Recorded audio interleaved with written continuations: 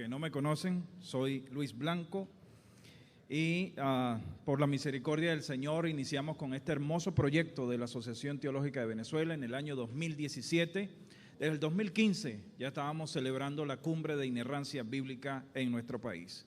Y agradecemos a todos los que nos acompañan en esta mañana, estudiantes del Seminario Evangélico de Caracas, estudiantes de nuestro Instituto Teológico Genesaret, pastores, ministros, los 5 ministerios reunidos aquí en esta mañana. Gracias por estar con nosotros. Voy a tomar un tema que ya trabajé en una exposición que me pidieron hacer con relación en la Cámara Municipal del municipio Sucre. Me invitaron como conferencista para hablar precisamente sobre el Día de la Biblia. Y cuando me preparaba y pensaba sobre qué iba a exponer en ese momento, vino a mi mente como teólogo una pregunta: ¿es realmente la Biblia relevante en nuestro tiempo?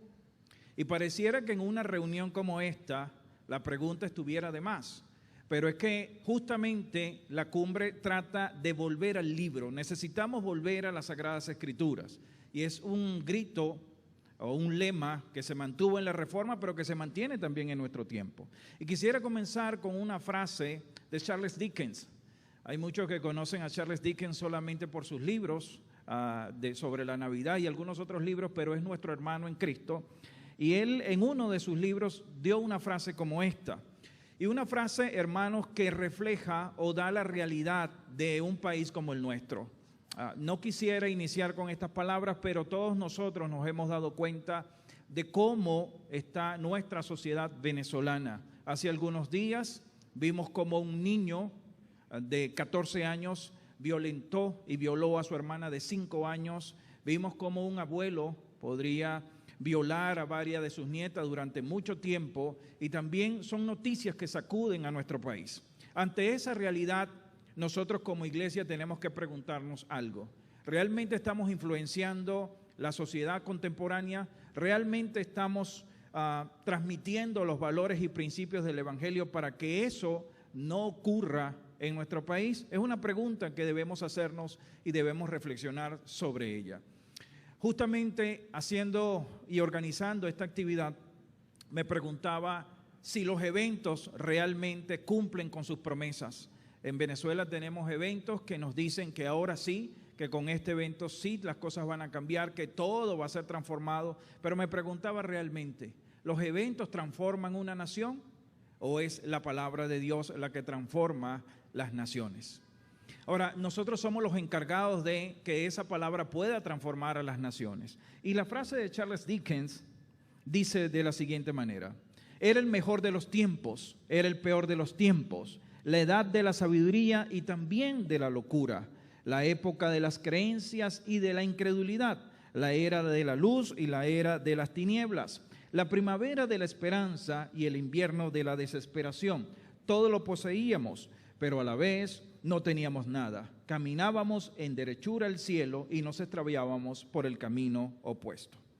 Tal vez Charles Dickens, cuando escribió estas palabras en su tiempo, no se imaginaba que en el 2022, en la cumbre de inerrancia bíblica Venezuela, hoy íbamos a recordar dichas palabras, porque pareciera que nuestra sociedad contemporánea anda de igual manera como la describía Charles Dickens en su tiempo. Soy docente universitario en una universidad católica aquí en nuestro país, y en una oportunidad me reuní con mis estudiantes y le planteé algo. Les dije, ¿qué les parece a ustedes los 10 mandamientos?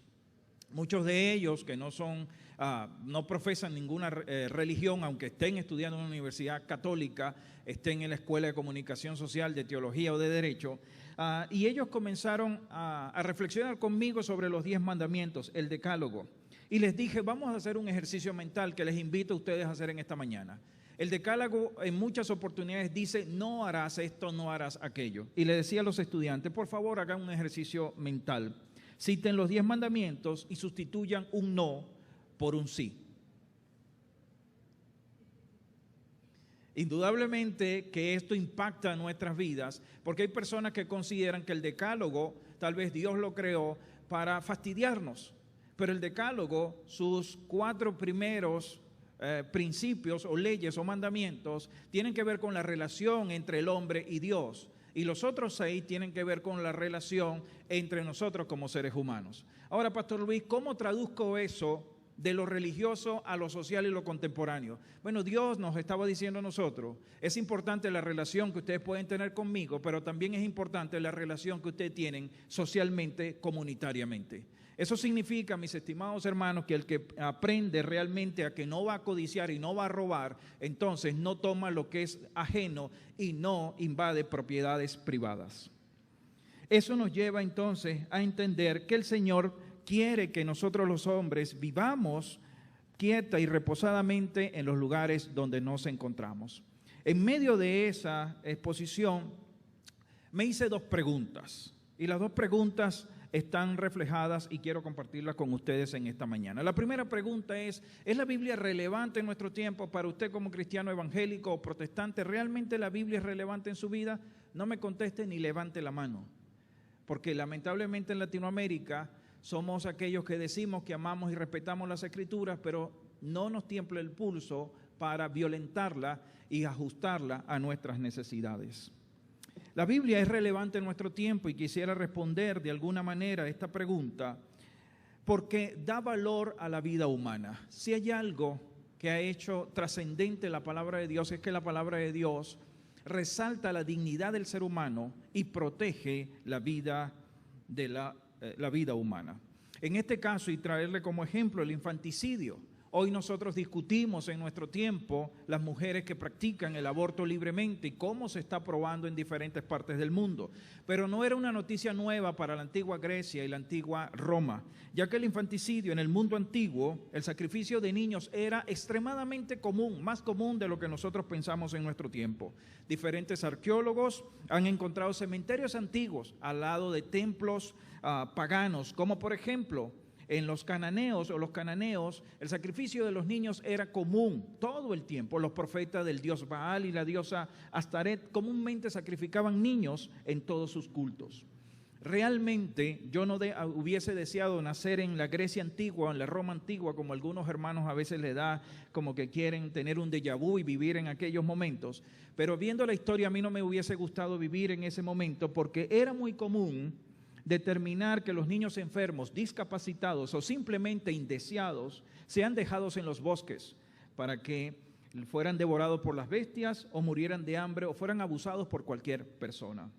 En la Roma antigua, mis estimados hermanos, los niños nacidos vivían un aproximado, los que podían sobrevivir, un aproximado de 8 años, y en Roma se practicaba libremente el aborto y actuaba como un agente de control social en ese momento. Hoy eso está regresando a nuestro tiempo, pero tiene que haber una iglesia que diga lo que se dijo en el primer siglo para que se detuviera el infanticidio. ¿Y qué se dijo en el primer siglo?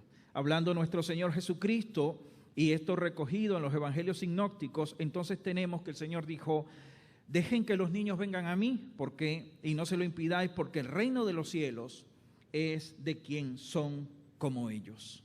Gracias a las palabras de nuestro Señor Jesucristo recogidas en las Escrituras, el infanticidio pasó a ser de una moda común y continua a ser un crimen nacional, un crimen social. Así que la palabra es relevante en el tiempo antiguo y sigue siendo relevante en nuestro tiempo.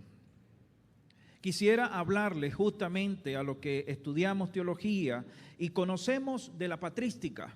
Y en la patrística tenemos algo llamado el padre Justiniano, pero aparece su código justiniano, y gracias a él leer las Escrituras, a entender las Escrituras en el código justiniano, entonces dice lo siguiente: quienes abandonen niños, posiblemente esperando que mueran, y quienes usen pociones abortivas están plenamente sujetos a las penalidades de la ley, tanto civil como eclesiástica, por asesinato. Así que la palabra indudablemente marcó un antes y un después en las sociedades para que los niños no fuesen sacrificados o murieran por el gusto de sus padres. ¿Qué hablar del valor de las mujeres? Hoy tenemos muchas damas en esta mañana y quiero que ellas mismas se brinden un aplauso por estar aquí con nosotros. Ese es para ustedes. Ahora le voy a brindar un aplauso al Señor por permitirle estar en esta mañana, en este lugar. Y usted dirá: Pastor Luis, ¿por qué tenemos que aplaudir? Aplaudimos al Señor porque gracias al Señor, las mujeres obtuvieron el valor que se merecían como seres humanos. Acuérdense que el primer punto es que la Biblia, ¿sí?, resalta la dignidad del ser humano. Para Aristóteles,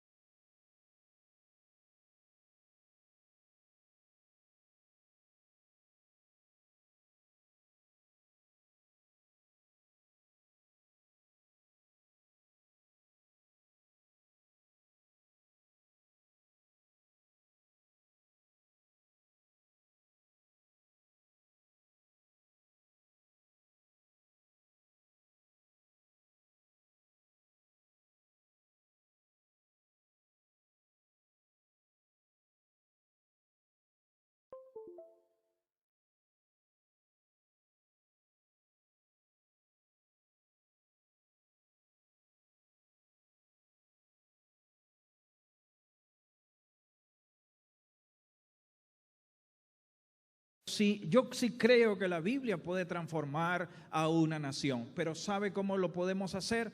Al estilo de la Reforma. Una de las cosas importantes que nosotros vemos en el tiempo de la Reforma es que los reformadores llevaron su fe privada a una fe pública.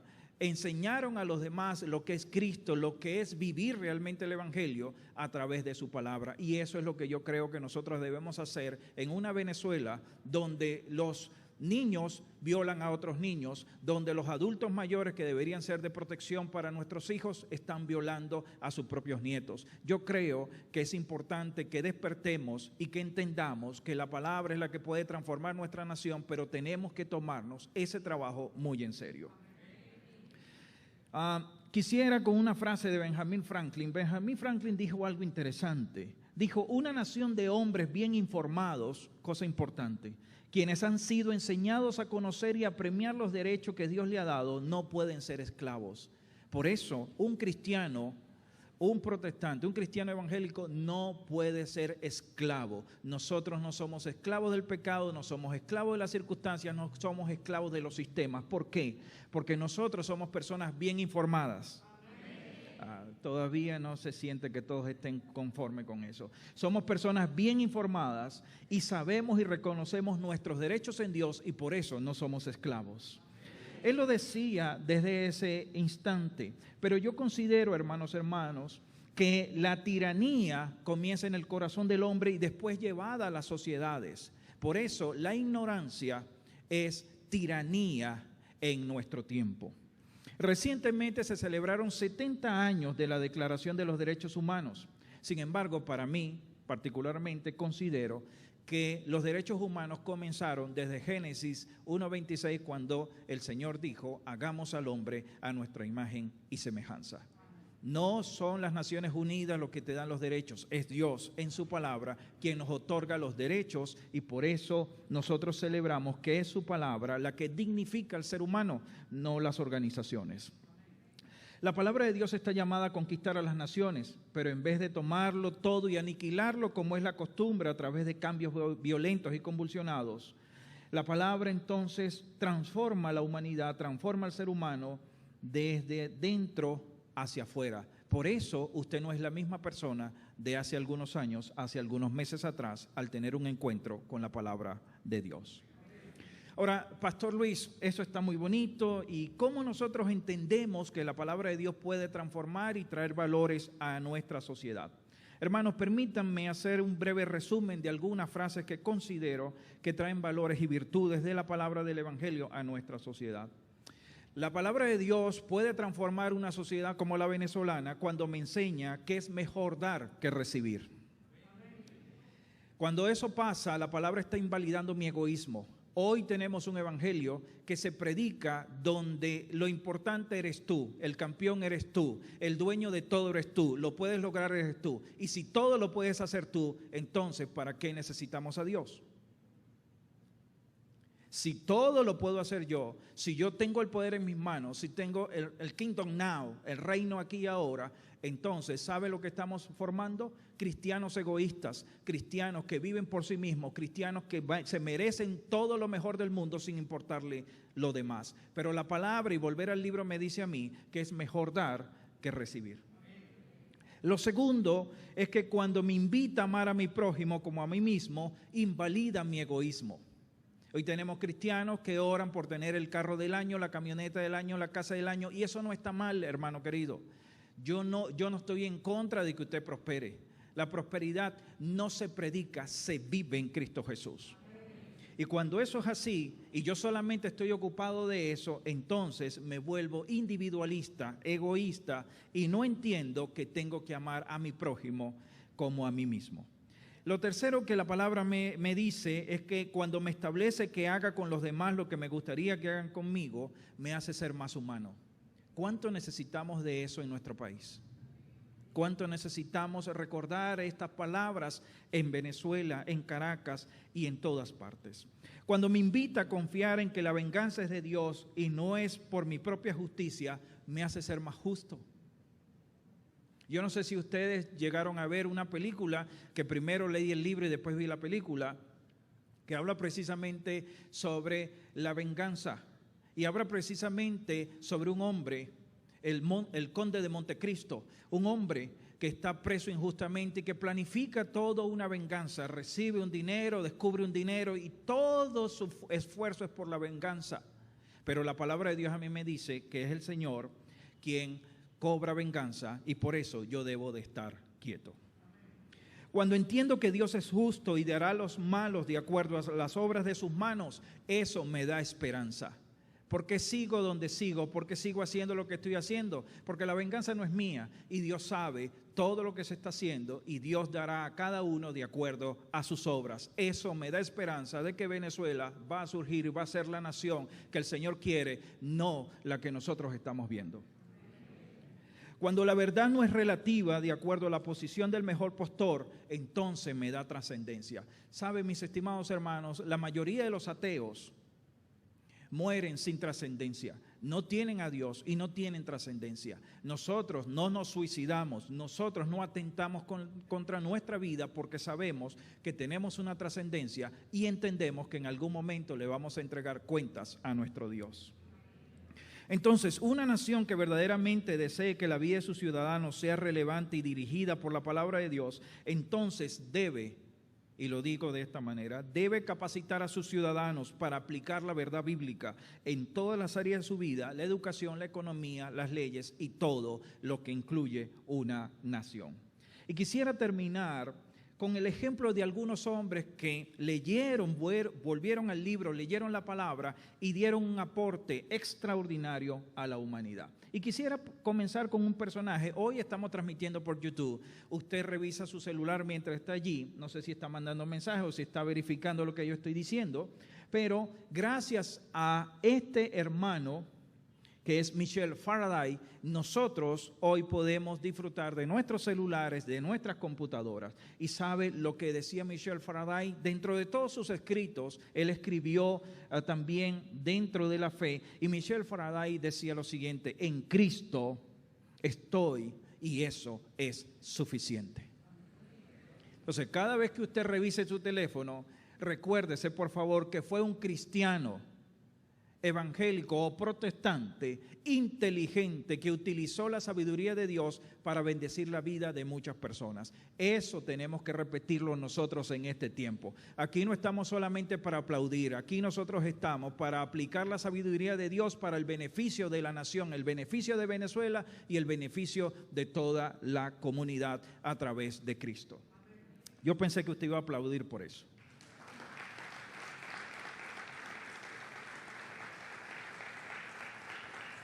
Quiero darle otro ejemplo rápidamente. Y siempre algunas personas se cohíben de decir si aprendió a leer y escribir con el libro Mi Jardín.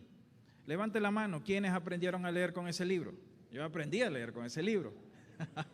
Y muchas personas no les gusta levantar la mano porque dicen, se cayó la cédula, ¿sí? Yo no sé ahorita cuál libro estará. Esperaré a que Sofía entre a la escuela para saber cuál es el libro que corresponde, pero creo que Mi Jardín todavía sigue vigente en nuestro tiempo. Fíjense, a mí me pareció extraordinario cuando celebramos los 500 años de la Reforma Protestante en Venezuela, hablar de un personaje como Charles Lambat. Charles Lambat fue conocido como el apóstol de los ignorantes.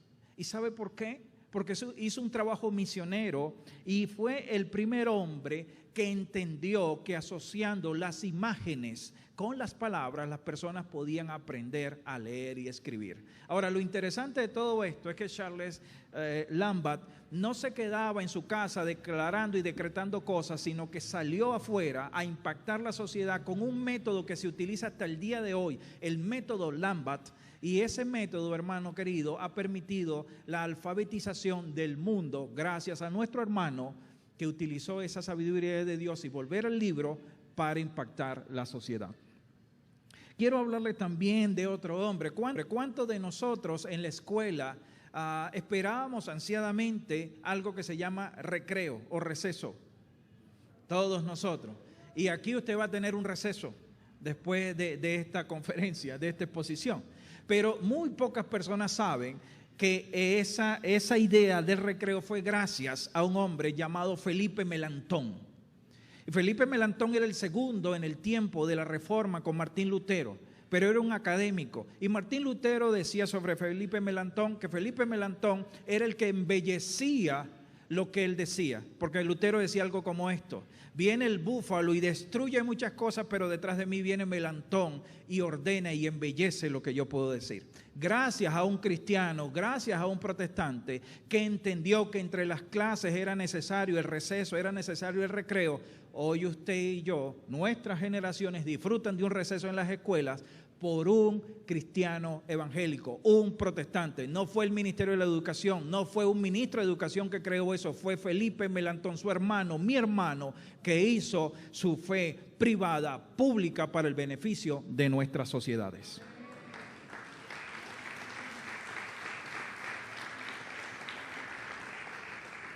La Reforma Protestante también nos enseñó que el trabajo no es una maldición, sino que es una bendición del Señor. Y a algunos cristianos se les olvida muchas veces y quieren vivir de estar pidiendo cosas, pero la palabra dice específicamente que el que no trabaje, que no coma. No hay amenes, pero es así. Que no trabaje, que no coma. Pero gracias a la Reforma Protestante nos enseñó que nuestro trabajo es para la gloria del Señor. Y citando algunas de las cosas que decía Lutero, Lutero decía algo como esto: si usted es un zapatero, si usted es una ama de casa, está barriendo su casa, está limpiando unos zapatos, está puliendo unos zapatos, usted está glorificando a Dios tanto como un clérigo dentro de las iglesias. Así que gracias al valor de la Reforma, hoy su trabajo, mi trabajo, puede impactar la vida de otros porque somos cristianos, somos ministros dentro y fuera de nuestras congregaciones.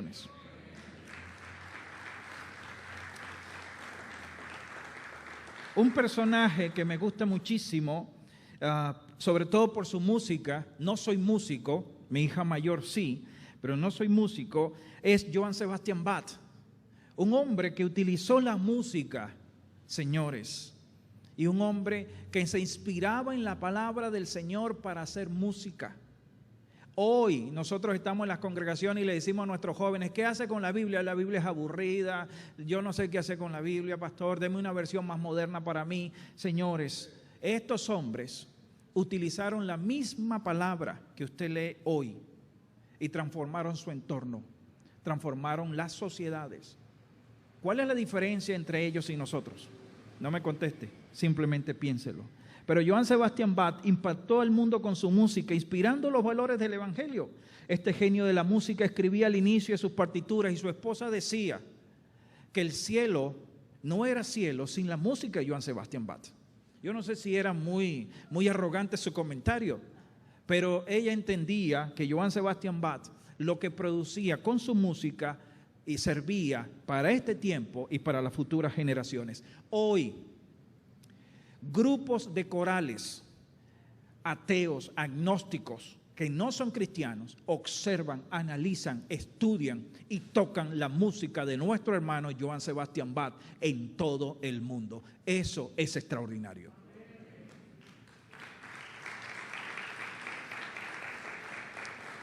Mi pregunta es: ¿tú escribes tus sermones solamente para tu grupo de hermanos en la mañana? ¿O escribes tus sermones entendiendo que en algún futuro alguien lo va a leer y alguien va a ser transformado por ello? No me conteste, piénselo. Estos hombres, cuando hacían música, cuando hacían lo que hacían, no pensaban en el grupo pequeño que tenían en sus iglesias, pensaban que todo lo que hacían en el nombre del Señor iba a transformar las sociedades en su tiempo y en un tiempo futuro. Y gracias a ellos, hoy tú y yo estamos aquí. ¿Sabe lo que hacía en los últimos 5 minutos que me quedan? Johann Sebastian Bach escribía siempre en sus partituras. Hoy veo cristianos que le da pena decir que son cristianos. Yo tengo colegas en la universidad que son cristianos, que son evangélicos, que son protestantes, y le da miedo decir en una universidad católica que son cristianos. ¿Por qué? No. ¿Sabe? No se lo voy a decir para arrogancia ni para vanagloria, pero tuve la linda oportunidad de graduarme summa cum laude en mi licenciatura en teología, y cuando pasé al púlpito o al lugar a dar el mensaje de cierre por todos los estudiantes, 470 estudiantes estaban graduando junto conmigo en ese año. Llegué y le dije: gracias al Señor, gracias a Dios por darme la oportunidad de estar aquí ante ustedes y llevar estas palabras, porque soy pastor protestante y estoy aquí impartiendo y recibiendo la educación en este lugar. O sea, tú no tienes que tener temor de lo que es honra para Dios, pero hoy tenemos un grupo de cristianos que le da miedo decir que son cristianos, que suavizan el mensaje para que al otro no le sea tan duro. Señores, nosotros somos cristianos y todo lo que hacemos es para la gloria de nuestro Señor. ¿Sabe lo que decía Johann Sebastian Bach, lo que escribía en sus partituras? Al inicio decía: ayúdame, Señor, y al final: solo a Dios sea la gloria. Ahora dígame si por eso no tuvo el éxito que tuvo nuestro hermano Johann Sebastian Bach en todo lo que hacía. Y quiero terminar con otro personaje que a mí me hubiese gustado que muchos de ustedes tuvieran de sus cuadros en sus casas, y no cuadros de una señora por allí que se llama profeta y que pinta cuadros y se llevan a las casas para proteger los hogares y todo eso. Este personaje es Rembrandt, Y Rembrandt, que creo que coloqué una imagen allí, representó a Cristo camino a Emaús y a Simeón en el templo. ¿Sabe lo que hacía Rembrandt? Rembrandt utilizaba su misma Biblia, la que usted tiene, la que yo tengo, pintaba sus cuadros para evangelizar al mundo a través de sus pinturas. Ahora, ¿qué quiero decirte yo con todo esto? ¿Qué estás usando tú que Dios te ha dado a través de la palabra para impactar tu sociedad, el entorno que tienes a tu alrededor? Hermanos, yo creo que la Biblia puede transformar una sociedad por el simple hecho de que ésta expresa la moral de Dios, no la moral de los hombres. Expresa la moral de Dios, y la moral de Dios es universal, libre de egoísmo y de ambiciones. En una oportunidad hablé con un estudiante, un agnóstico, y le dije, ¿por qué tú crees que existen dioses pero que están muy lejos? Y me dijo, profesor, yo creo que Dios es tan grande, tan poderoso, tan Dios, que Él no puede tener contacto con la humanidad. Y le dije, ¿sabes qué? Te tengo una buena noticia, te tengo un evangelión en esta mañana. Y la buena noticia es que Él, siendo todo lo grande, todo lo poderoso, todo lo santo, todo lo sublime, decidió encarnarse, venir a esta tierra, y Juan en su palabra dice, se tabernaculizó y anduvo con los hombres. Y gracias a eso murió en la cruz y no se quedó allí. Le dije, ahora ese Dios tan grande, tan lejano que tú ves, vive en tu corazón si tú lo aceptas como Señor.